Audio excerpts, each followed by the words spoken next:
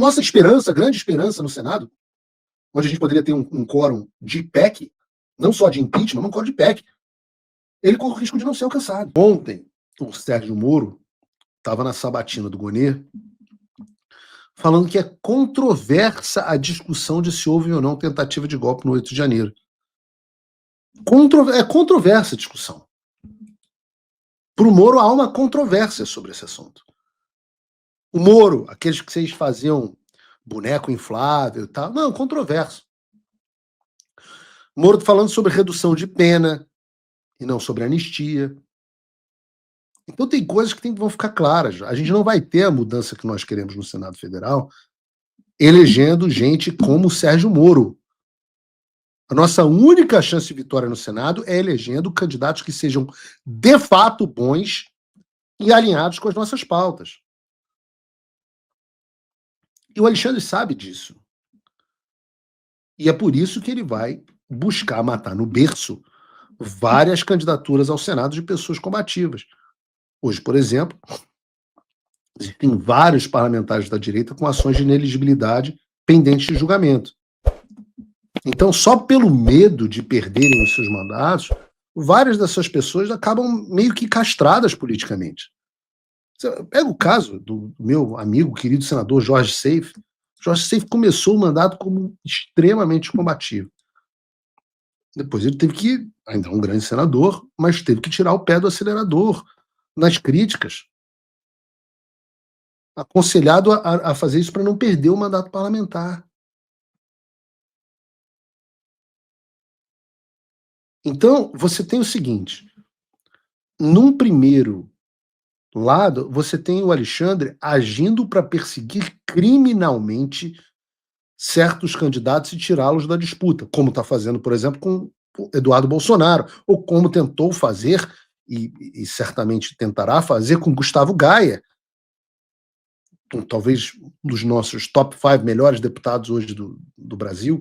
Gustavo Gaia foi alvo de uma operação fajuta do Alexandre de Moraes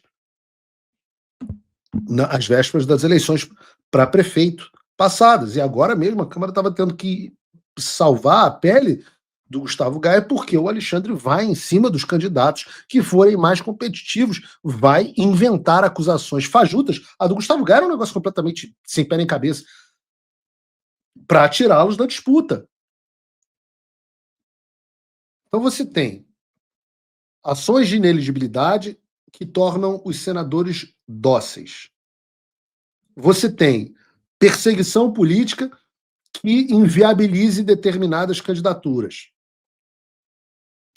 E você tem também a pressão para a escolha dos candidatos. E eu já falei sobre esse assunto aqui há alguns meses, mas vou falar aqui do meu Rio de Janeiro. No meu Rio de Janeiro, existia uma conversa muito estabelecida de que, por incrível que pareça hoje, o Alexandre estava fazendo pressão para que o Cláudio Castro fosse o senador, fosse o candidato a senador do PL, na vaga que atualmente é do senador Carlos Portinho. Então o Alexandre estava escolhendo o Cláudio Castro, que fazia dupla de canto em eventos do Supremo Tribunal Federal, porque era mais dócil ao sistema. E a última coisa que o Alexandre quer, talvez agora o clima entre eles não esteja tão bom, mas a última coisa que o Alexandre quer de fato é que a gente tenha na urna candidatos combativos, como o próprio senador Portinho ou como o deputado Carlos Jordi, só para dar 2 exemplos no Rio de Janeiro. E essa parte que envolve as urnas, mas, volto a dizer, são 3 frentes. Você tem operações policiais, você tem ações de inelegibilidade e você tem pressão para a escolha dos candidatos. E aí você, na pressão para a escolha de candidatos, você pode contar também com maus acordos que a classe política acabe fazendo, para indicar, e pelo amor de Deus, nem estou falando aqui de Santa Catarina, não pretendo entrar no assunto de Santa Catarina, mas mal os acordos que muitas vezes são feitos. Eu posso ir para aqui até para ir para a escolha ruim de candidatos. Veja, por exemplo, o astronauta em São Paulo, ou a Tereza Cristina, ou o Mourão.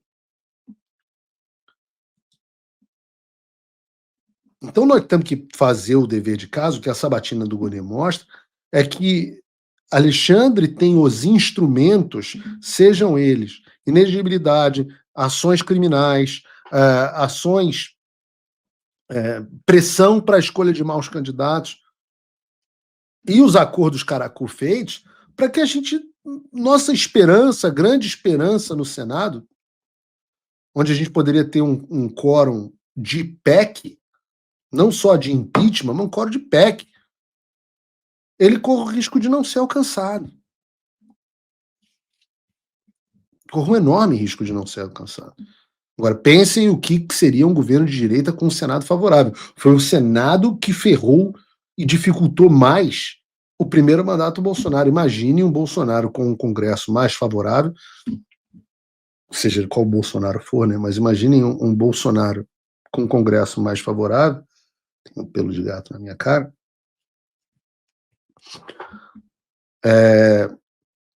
e um Senado. A gente tem que encarar com máxima seriedade essas eleições para o Senado do ano que vem. Por exemplo, quem são os bons candidatos do bolsonarismo em Roraima, no Acre, no Amapá, até no Mato Grosso do Sul? Todos esses estados competitivos e com alta chance de vitória. E só nessa lista aqui eu já estou falando de 10 cadeiras, o dobro do necessário para que o Paulo Gonet fosse vetado. Então, no ano que vem, dá para ter uma grande vitória ou dá para ter uma grande derrota. E esse resultado depende em muito da nossa atenção a esse processo eleitoral do ano que vem. E, de novo, eu já falei que não estou falando de Santa Catarina. Já disse. O tic-tac acabou. Vieram as sanções de visto contra os ministros do STF e a Lei Magnitsky para cima do Alexandre de Moraes. Pela primeira vez o jogo começou a virar.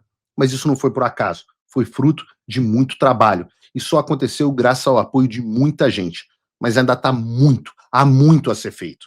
Se você quer que eu continue com essas ações e com o meu jornalismo independente, não tem outro caminho. Você precisa me apoiar agora. É só entrar em www.paulofigueiredoshow.com/apoie e usar o cupom da descrição. Com pouco mais de $5 por mês, você já se torna meu apoiador. E com 49 você entra para o grupo dos patronos Gold. Você não quer parar por aqui, quer?